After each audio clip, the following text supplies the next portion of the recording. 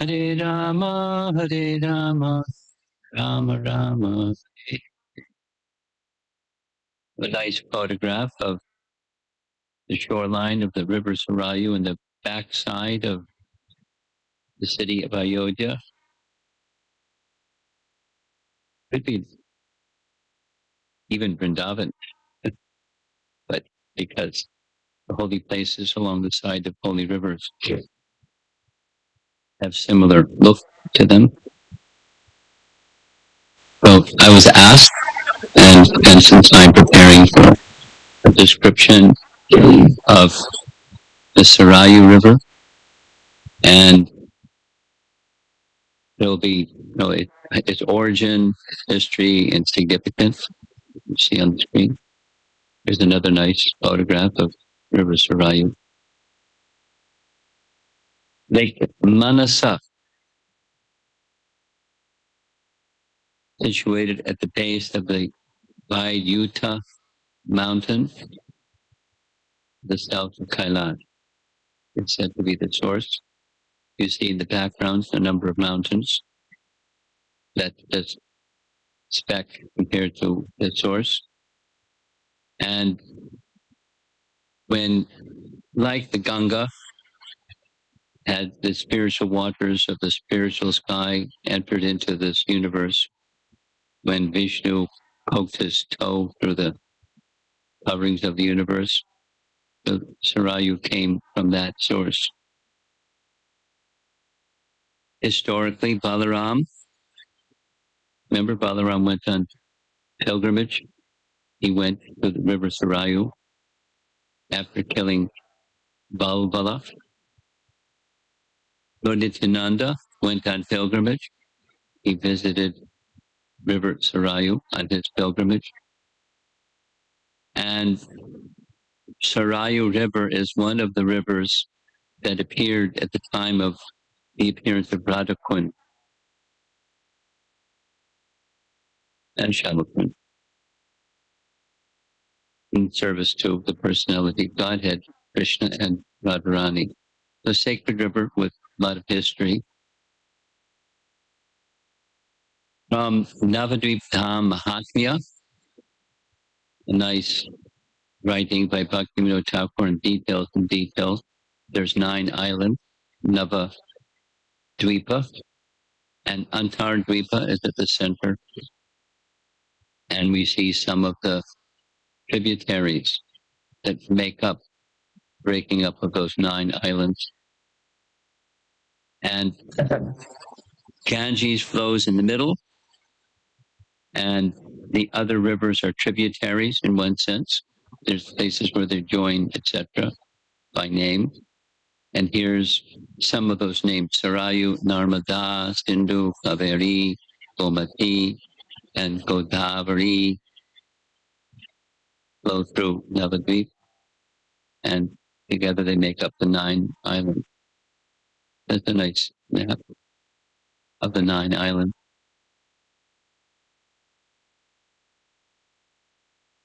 Following the desire of the Lord, sometimes the streams dry up.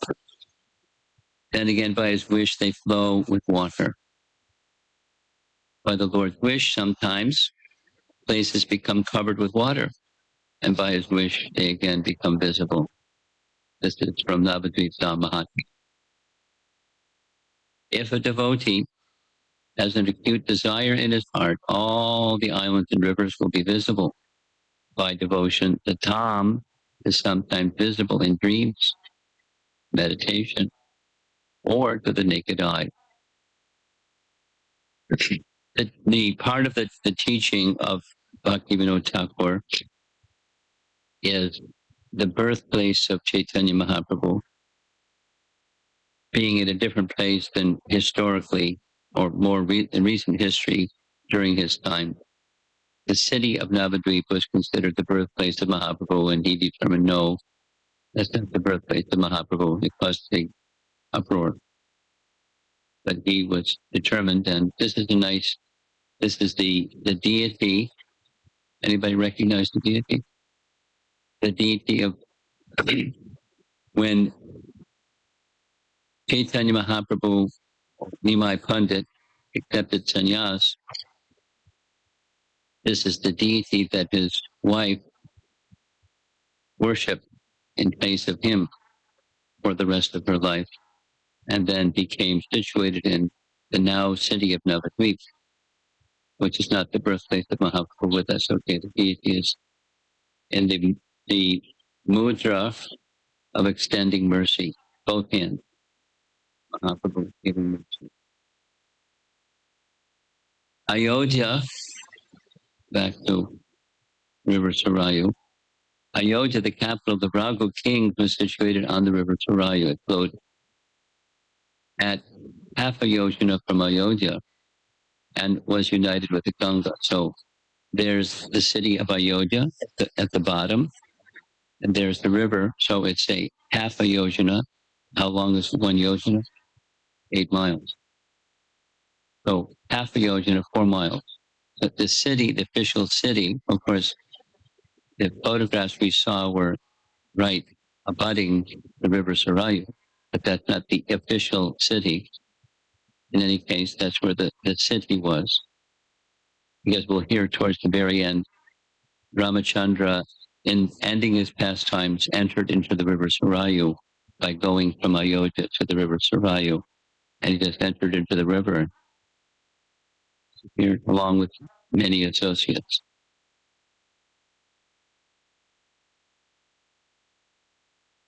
And not too far away is where the two rivers, the river Sarayu and the Ganga, flow together.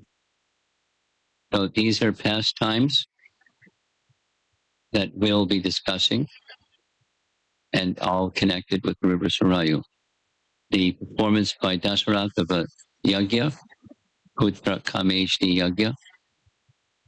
Visvamitra gives mantras to Ram and Lakshmana along the bank of the river Sarayu. Dasaratha's separation with Lord Ramachandra and their disappearance.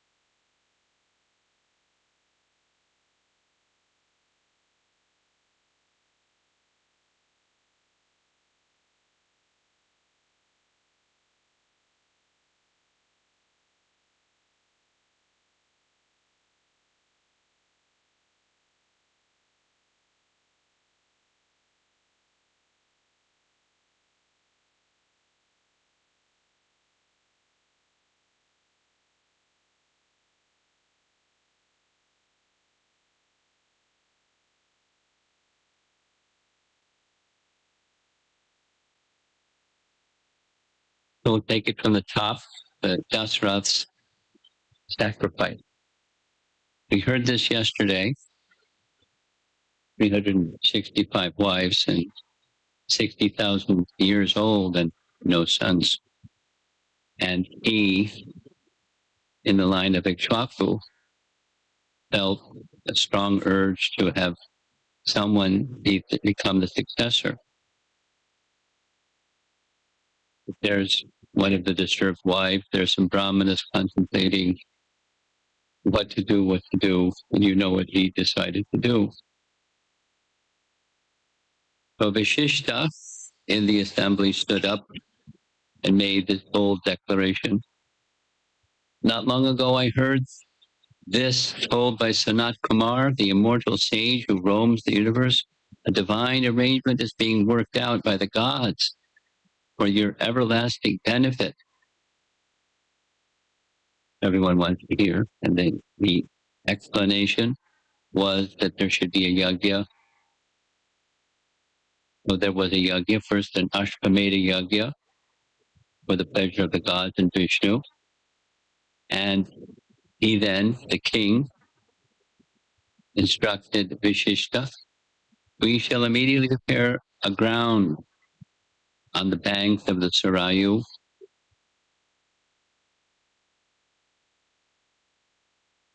This is Vishishta. You will certainly get a son by this method. We got more than a son. So they plowed the field and the sacrificial area, and the horse released for the sacrifice came back to Ayodhya without an incident. 1 year later, there's the horse on the left.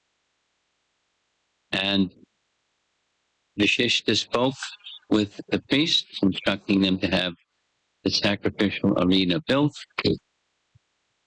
The Ashvamedha Yajna was done. The king sat surrounded by Brahmins who consecrated him for the sacrifice. He and his wives made offerings into the fires and joined in the chanting of prayers. There in the center is Lord Vishnu, who's the center of the performance of the sacrifice. There's different devas who are also being propitiated by the mantras. And down the bottom, there's the king and the priest and so forth. The celestial smoke from the offering, sanctified by Vedic mantras, rose upwards to the skies and was received by the gods. You see the gods receiving. The rituals were almost over. Then, from the sacrificial fire, a shining and beautiful personality appeared, speaking directly to Dasaratha. O king, know me to be a messenger of the Lord of all created beings, Vishnu.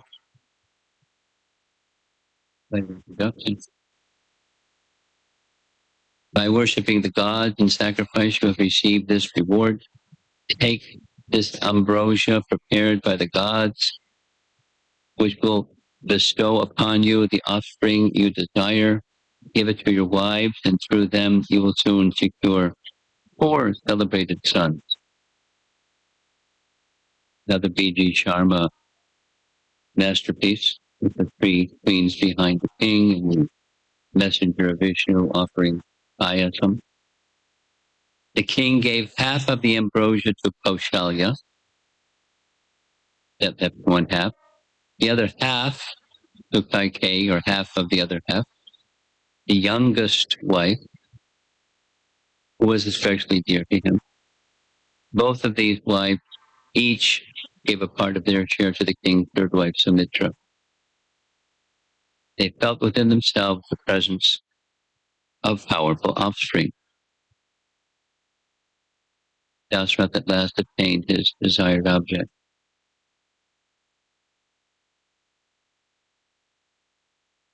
So that's the appearance of the Lord Ramachandra and his 3 brothers along the banks of the river Sarayu. And then here's Visvamitra, who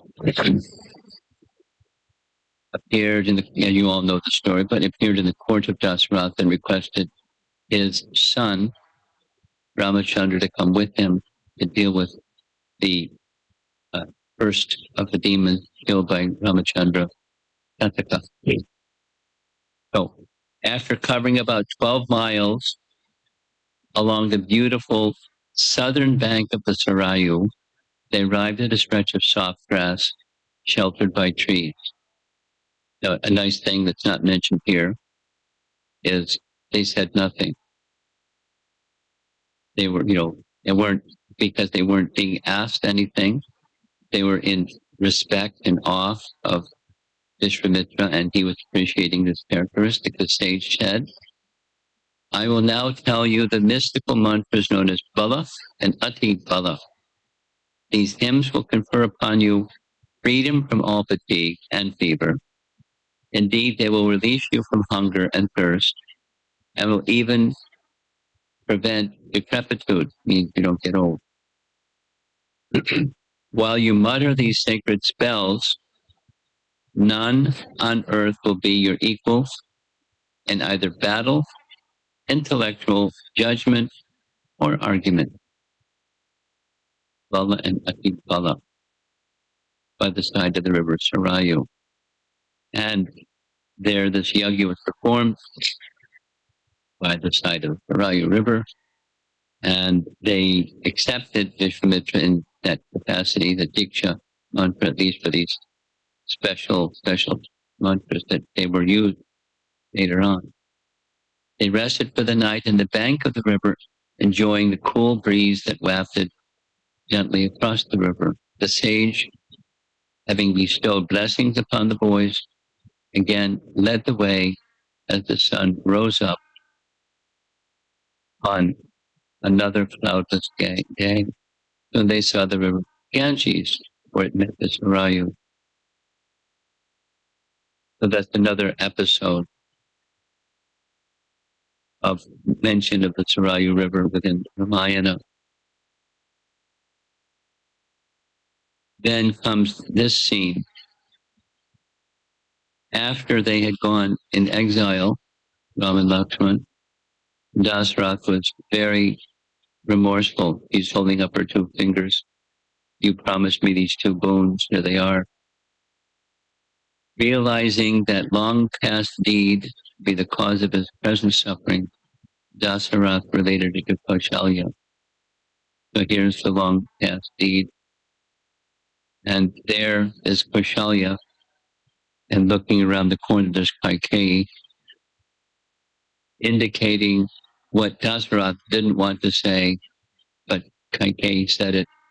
By sending away Ram, I have indeed cut down a mango grove, just as it was about to bear fruit.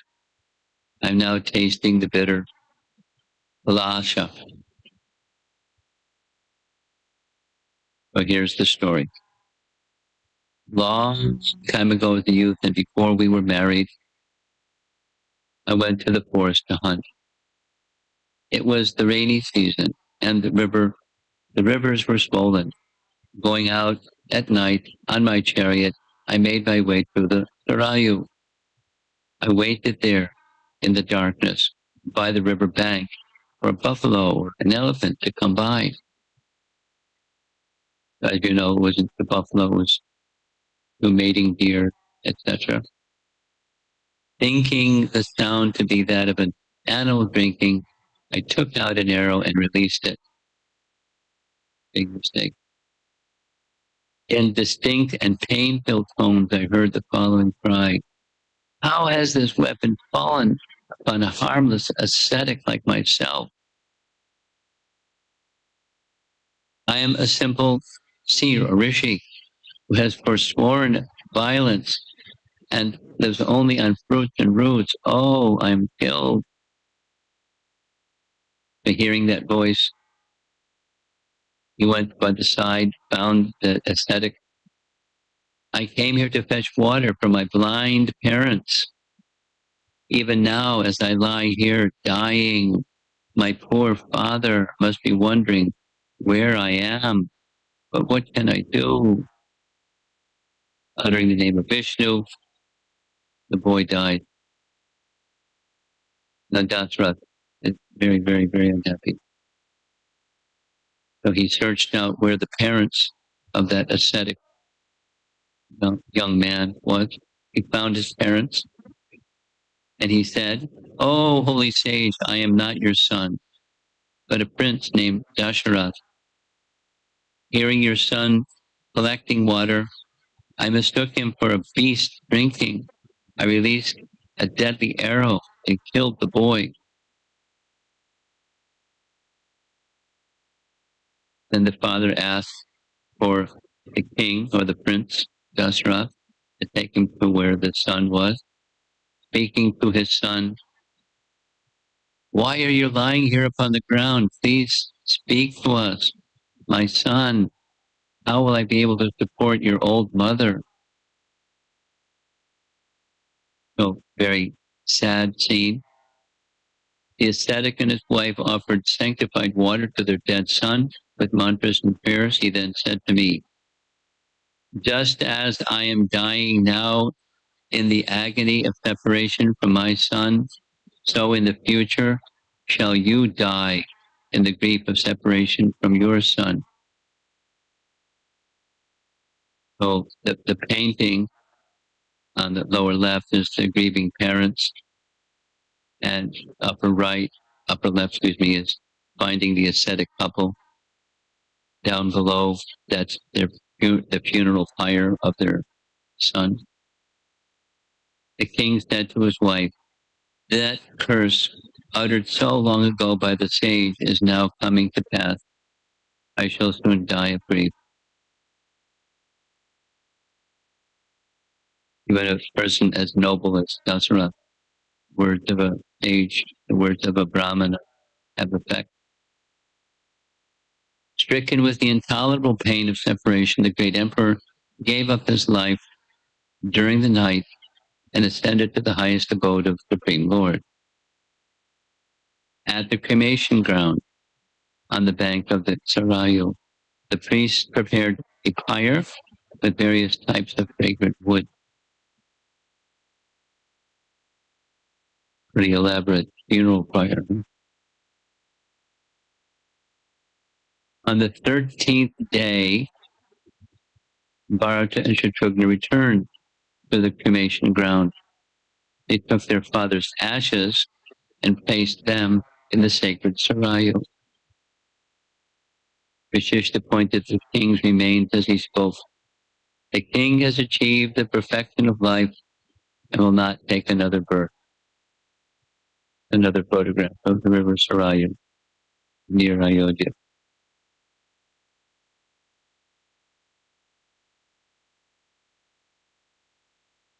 So here's another scene where Ram, Lakshman, and Ayodhya Vasis disappeared. This is towards the end. He's back in Ayodhya. He became the king. He ruled in the kingdom for a number of years, 60,000, some long period of time. And Ram was visited by an unusual ascetic. This is a detail. "Oh, Emperor, no one should hear the words that pass between us. If anyone should interrupt us, then they must be killed by you." The words of the Brahmana. Ram told Lakshman to stand outside and prevent anyone from entering.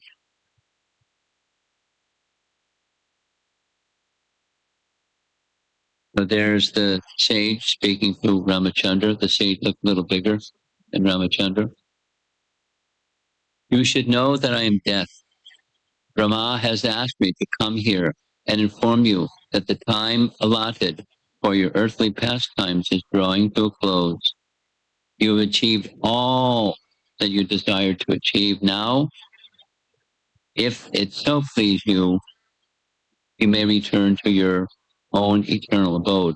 You remember in Krishna's pastimes, something quite similar happened. It wasn't a representative of Brahma, it was Brahma himself who came to take part in a yajna that Krishna's father, Vasudeva, was performing, and in a private discussion said, "Thank you very much. You've achieved all of the purposes that we requested. If you so desire, you may return." This language is a little different. The great mystic Durvasa came to the city. He wanted to see Ram.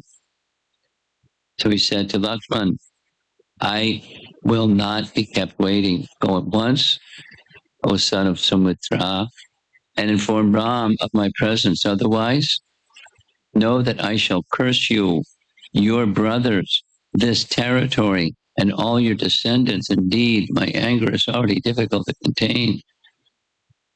And a hot temper, partial incarnation of Lord Shiva.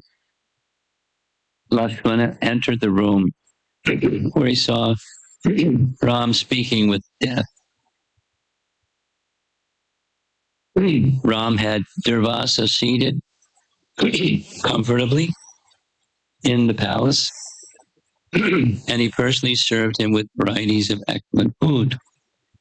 Then Lakshmana said to Ram, I must now die, dear brother, for that was the promise you made to death. Punish me in accord with your word to that deity. Ram looked at Lakshman. I leave you, O son of Sumitra. Let not virtue suffer. Desertion and slaying are considered equal, according to the wise. Therefore, do I abandon you today. Ooh, pretty intense.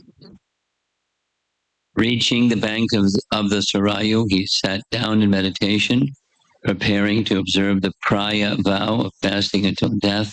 With his eyes half closed, he suspended his breathing and entered into a deep trance. He sat absorbed in thought of the Supreme.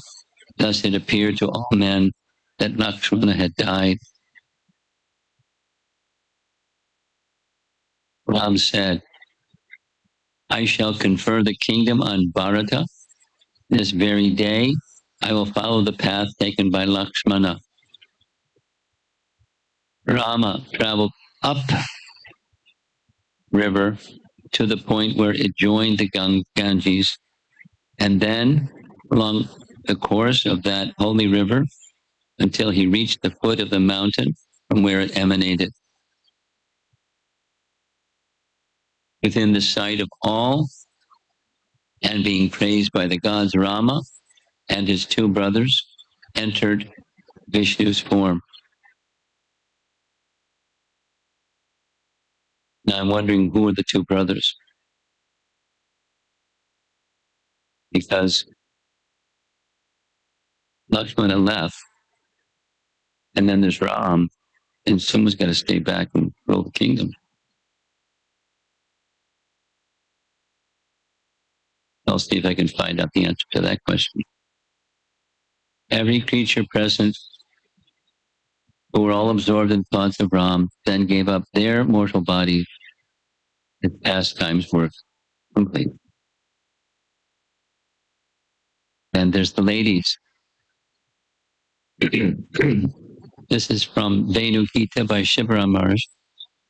With a vow to attain the Lord of their hearts, the lovely women of Ayodhya performed severe austerities in the bank of the river, Sarayu River, until a voice from the sky said, in the forest by the Yamuna's shore, your desire will be fulfilled, for now be at peace.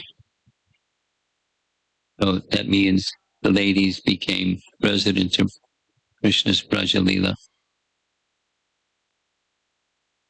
Here's from the Bhagavatam, Canto 5, 19th chapter. There are other great rivers that are very prominent. Here's the list, including Sarayu. Bhaktivedanta purport. The inhabitants of Bharatvarsha are purified because they always remember these rivers. Sometimes they chant the names of these rivers as mantras, and sometimes they go directly to the rivers and touch them and bathe in them. Thus the inhabitants of Bharatvarsha become purified. All these rivers are transcendental, therefore one can be purified by remembering them, touching them, and bathing in them. when Srila Prabhupada took devotees to these holy places, he personally engaged in bathing in the sacred waters. Now, in one sense, he's sanctifying the sacred waters because of his purity, but to show example, bathing in the sacred rivers. So that's our little presentation on the Sarayu River. Its role in the whole of the Ramayana is very significant. In one sense, sanctifying the place, but the place is already sanctified, but it sanctifies the place in any case, maintains its purity.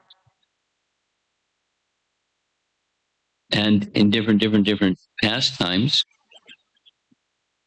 within Ramayana, the river Sarayu plays a prominent role. Much like River Ganges in Mahaprabhu's Leela or River Yamuna in Krishna's Leela, etc. So it's significant. Those mentions found for specific pastimes. Here's the slide with the pastime.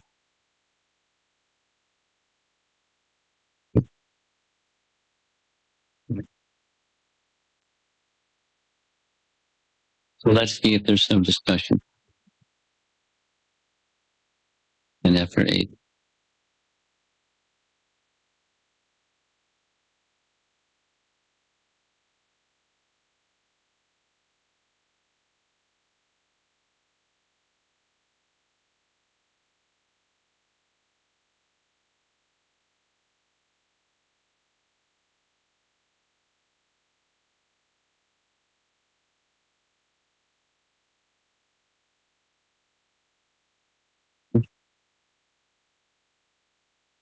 Sarayu is originating from the left foot. Yeah. So river Sarayu is like originating from the left foot of Krishna. So is it like same as Ganga or different? Is it what? Same like Ganga also originates. Yeah. The sacred rivers entered, plural, sacred rivers entered, the water entered, and then when it came down, it was distributed in tributaries. So Sarayu is one of the tributary. Yeah. Of Yeah.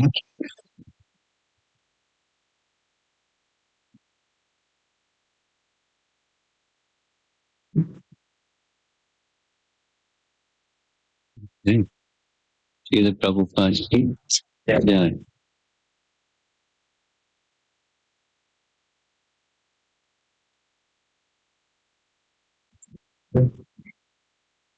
Oh, you have a question? Yes, yeah.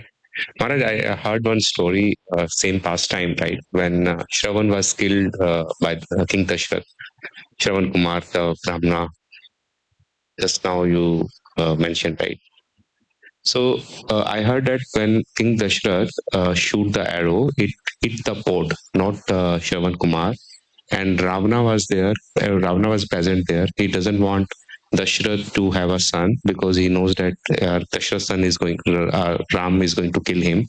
So he killed Shravan Kumar in anticipation that his parents, Shravan Kumar parents, will curse Dashrath and he will die immediately. So he will not have any son.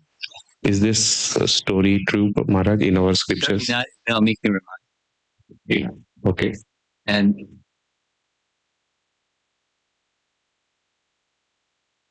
where you know where it's from? The source of the story?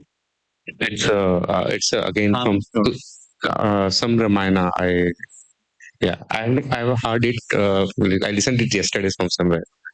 My answer to that question is it's a little bit like there may be something in the other Puranas that contradicts something that's in Srimad Bhagavatam. And Srimad Bhagavatam is like the Supreme Court. So that's the final authority. And similarly, Valmiki Ramayana is in that category, it's the Supreme Court. And there are other well-known Ramayanas that have elements that are not within Valmiki Ramayana. It doesn't mean that if it's not within Valmiki Ramayana, then it's trash. But then there's, what criterion do you use to evaluate? For example, it's not in Valmiki Ramayana that a false Sita was kidnapped. It's not there. Or the fire, there's other things that are not in Valmiki Ramayana. And then here comes Agni bearing Sita. Not in Valmiki Ramayana. Doesn't mean, so it's not a 0, but it's not a 10. So then how do you evaluate? So that's your question. Is this true? I don't know if it's true. I know that it's not in Valmiki Ramayana. And then is there preponderance of evidence in other Ramayanas that say, or is it a nice creative writing exercise by some author who, has a nice idea or imaginative idea, and I don't know which category it falls in. I'm not familiar. I'm not familiar with the story. And I'm not that much well versed in the various Ramayanas to say that this is acceptable, that's not acceptable. To me, it doesn't make sense. Yeah, how can the plan of the Supreme Lord be interrupted by Ravana's diabolical schemes? Propose that seems like disturbing, or of course he didn't prevail, but preemptively that Ravana understood what he understood, and he did what he did, and long before there were any offspring of Dasaratha, he did what he did.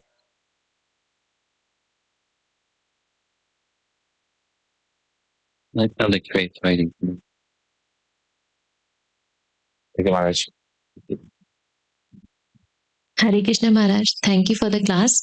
Maharaj, I'm not able to understand then why death has to come to remind Lord Ram that your time is up. He does not have to. It's just a pastime.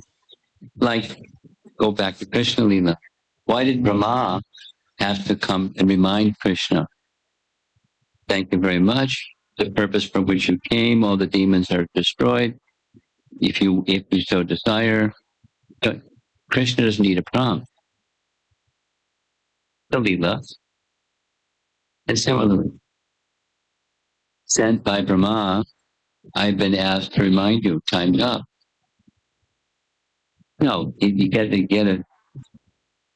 getting evicted by death. Sorry. But it's a Leela. It's a Leela so that one of the glories of Lakshmana can be exhibited. He's so faithful. The faithfulness that every Ram is everything. To uphold the word of Ram given to death personified, he gives up his life.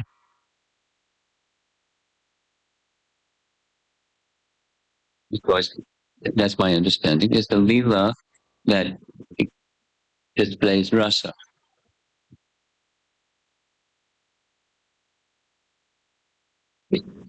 Yeah. Can I ask? Yeah. Yeah. Maharaj, from the Shravan Kumar pastime, what is the learning that we need to? I mean, is there any teaching? What's the lesson? Yeah, lesson.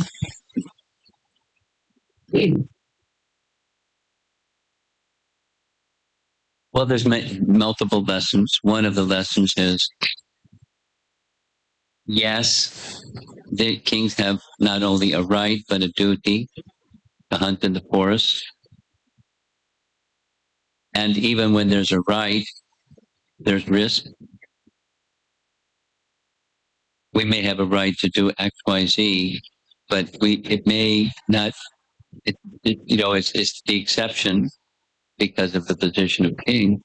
And then when you have a right because of some position, there still can be some slip. So you execute the the duties or the responsibility carefully. And if there's a mistake in executing duties carefully, then you're held responsible.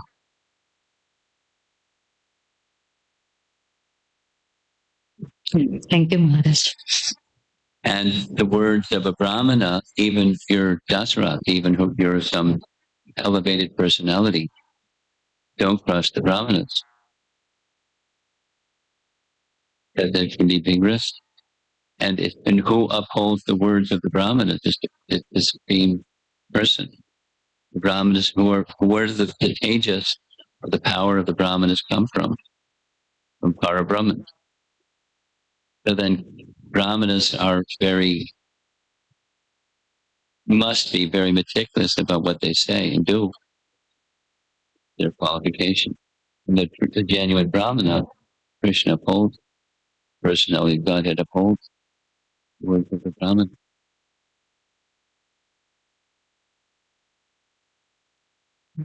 Thank you, Maharaj. Then from that principle comes rasa, or rasa comes from that principle. I like the understanding. I very much like the understanding that Vishwanath Chakrabarti Thakur presents in understanding the mysteries of Krishna, or understanding the mysteries of the personality of Godhead. Like the Supreme Court metaphor, rasa trumps everything. If you want to understand something that's not easy to understand, go to rasa. That's not easy to understand.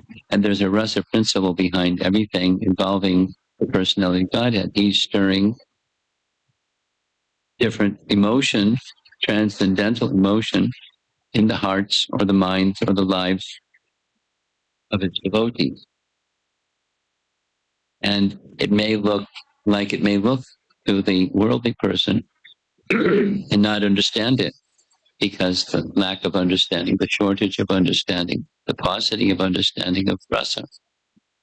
The one who's rich in rasa can understand things that are not easy to understand. And somewhere in there, in the pastimes of the Lord, rasa is supreme. He's stimulating a loving feeling towards him by one of the personalities that he's interacting with. And always, that's there. Something else may be emphasized as well, but that something else is secondary to the primary. That's Vishwanath Chakrabarti Thakur's teaching. And it's for that reason, on that basis, that prema is the highest stage of bhakti. Because all the other steps leading to prema are stages of stimulating transcendental feeling up to the stage of love. And so we're somewhere in that spectrum. And to move along that line of the stages of bhakti, we should be thinking of one thing, or gradually thinking exclusively of one thing, the happiness of the personality of Godhead, and becoming attached not to the object, but to the happiness of the object, the loving dealing, in the mood of serving that object. And then comes rasa, the 5 primary, then the 7 secondary, and it just keeps, it's a crescendo. But the starting point is not so much rasa, but that's what moves things.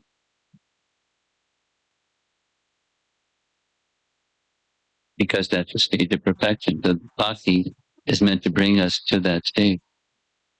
Because other things become less important. And the one thing that's most important becomes most important.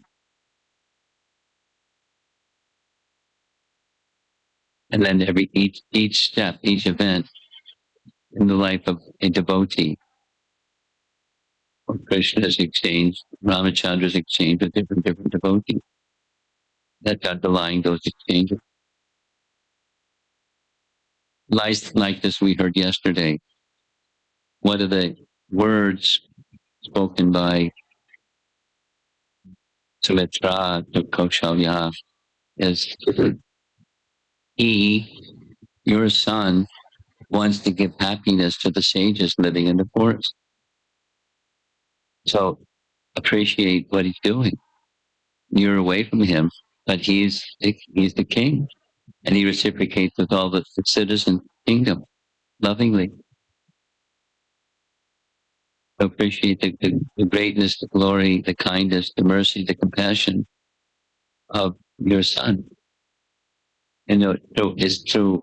She didn't say it. This is through a pastime, but she's knowing this is a pastime of Ramachandra.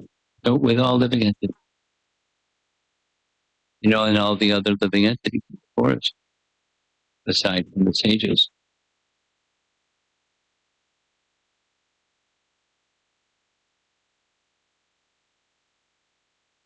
That's always in the background. Rasa, changes of love and stimulating loving feeling.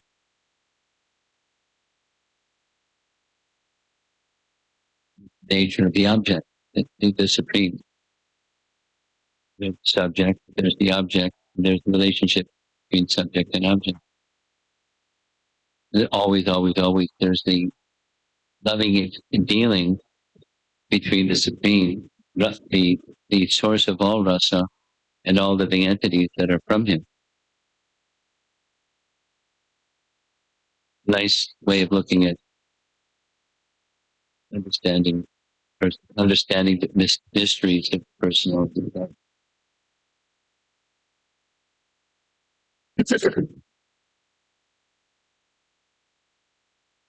Vishwanath Chakravarti Thakur is one acharya that he knows the XYZ, and in many cases, in addition to saying XYZ, he'll say the rasa aspect, because that's the kind of personality, he's a rasika acharya, and he'll disclose it.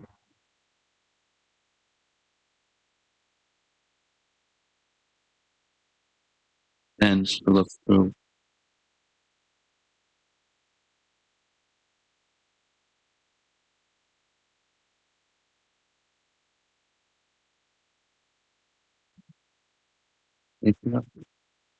Yeah. Thanks for the wonderful class, Maharaj.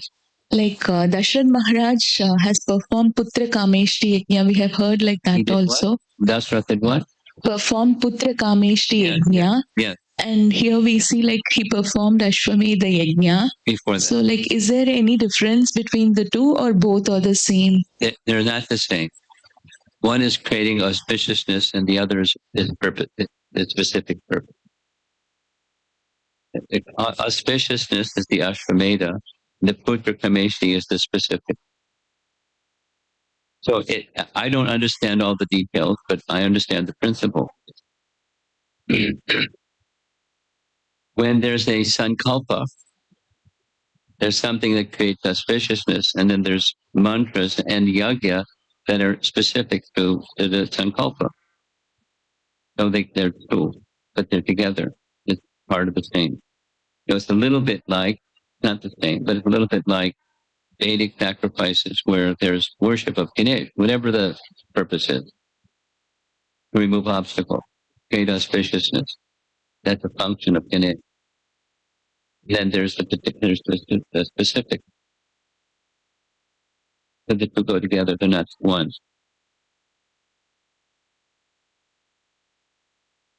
We need to understand that he performed both. Ashwamedha Yajna. The Brahmanas did. Vashishta did. Vashishta knew, here's your sankalpa. He then authorized you do the necessary. So he did the necessary. If the Brahman is independent,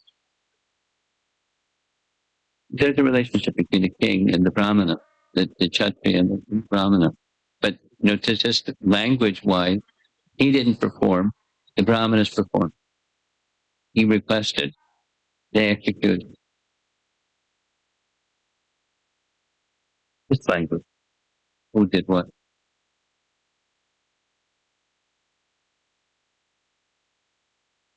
Anything else? Thank you, Maharaj. Yeah. Hare Krishna.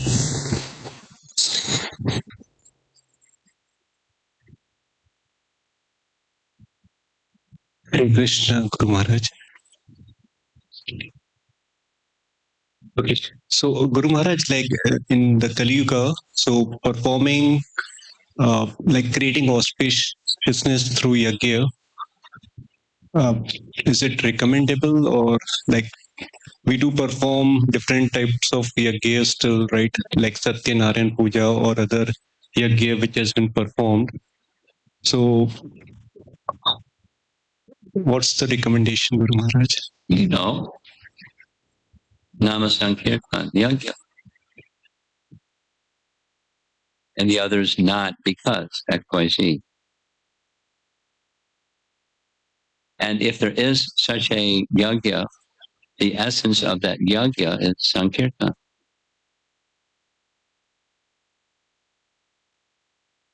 We don't need, we need. And there are brahmanas that like, or they know that people like, and so they can do this yajna, that yajna, the other yajna, but the essence is Sankirtan. The essence is Sankirtan. That's the question. Yeah, thank you so much. Prabhupada, he died.